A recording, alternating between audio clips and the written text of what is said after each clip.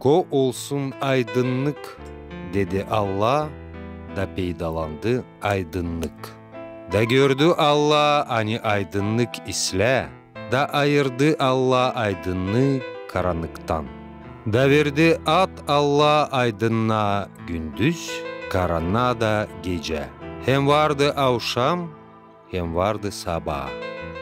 Da dedi Allah, ko olsun su ortasında bir bölümlük, da o bölsün suyu iki paya. Da kurdu Allah bölümünü, hem ayırdı bölümünün altındaki suyu bölümünün üstündeki sudan. Da oldu öyle. Da verdi at Allah bölümüne gök. Da dedi Allah, ko gök altında su toplansın bir yeri, da peydalansın kuru yer. Da oldu öyle. Da verdi Allah at kuru yere toprak, toplandığı sulara da deniz. Da gördü Allah hani bu isle. Da dedi Allah, ko yeryüzünde büyüsün yeşillik, tohumlarını veren türlü otlar, hem meyvelerinden tohumlarını veren türlü ağaçlar. Da oldu öyle. Büyüdü yeryüzünde türlü yeşillik, tohumlarını veren otlar, hem meyvelerinden tohumlarını veren ağaçlar. Da gördü Allah hani bu isle. Da dedi Allah, ko olsunlar şafklar gökyüzünde, hani ki ayırma gündüzü geceden, hem vakıdı günleri hem yılları nişanlamadığını. Hem ko olsunlar onlar gökyüzünde yeri aydınlatmadığını şafklar. Da oldu öyle. Kurdu Allah iki büyük şafk. Ta büyük şafkı gündüzü kullanmadığını, hem küçüğünü geceyi kullanmadığını, yıldızları da kurdu. Da yerleştirdi Allah onları gökyüzünde. Hani ki onlar aydınlatsınlar yeri, hem kullansınlar gündüzü hem geceyi, hem de ayırsınlar aydınlığı karanlıktan. Da gördü Allah hani bu isle. Da dedi Allah, ko peydalansınlar canlılar suda, hem ko kuşlar uçsunlar gökte yer üstünde. Da yarattı Allah balıkları, hem suda türlü fıyıldayanları, hem türlü kuşları. Da gördü Allah hani bu isle.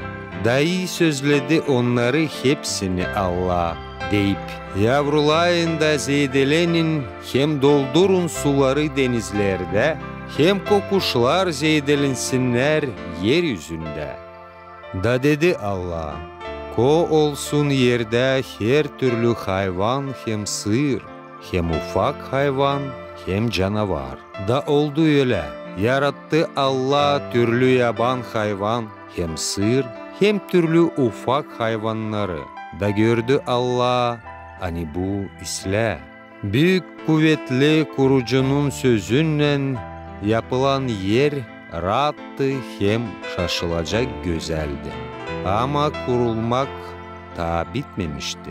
Allah düşündü yaratma insanları, hani ki onlar yaşasınlar bu kamil dünyada, hem ilişkide bulunsunlar kendi yaratıcısıyla.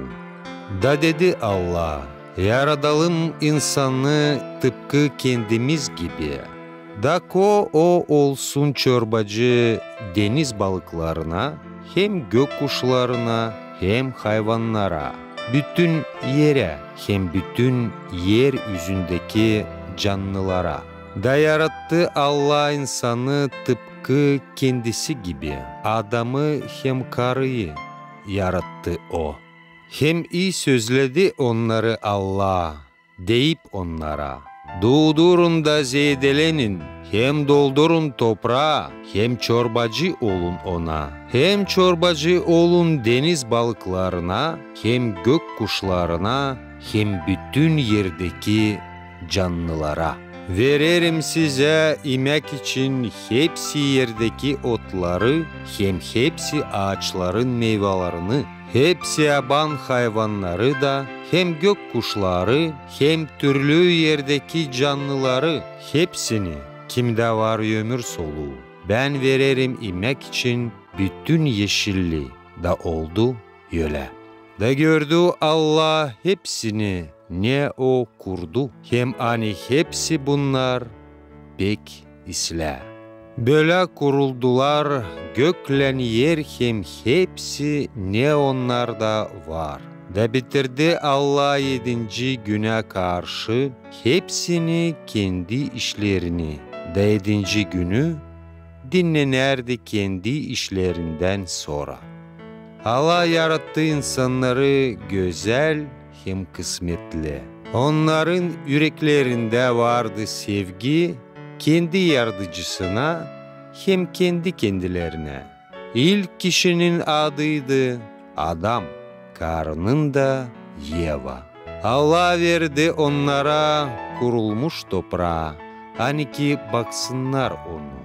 İyi sözleyip Adam'ı hem Yeva'yı, sabi Allah dikti Edem'de bir ray bahçesi, da yerleştirdi onları orada. Allah sımırladı onlara, korusunlar hem işlesinler o bahçeyi.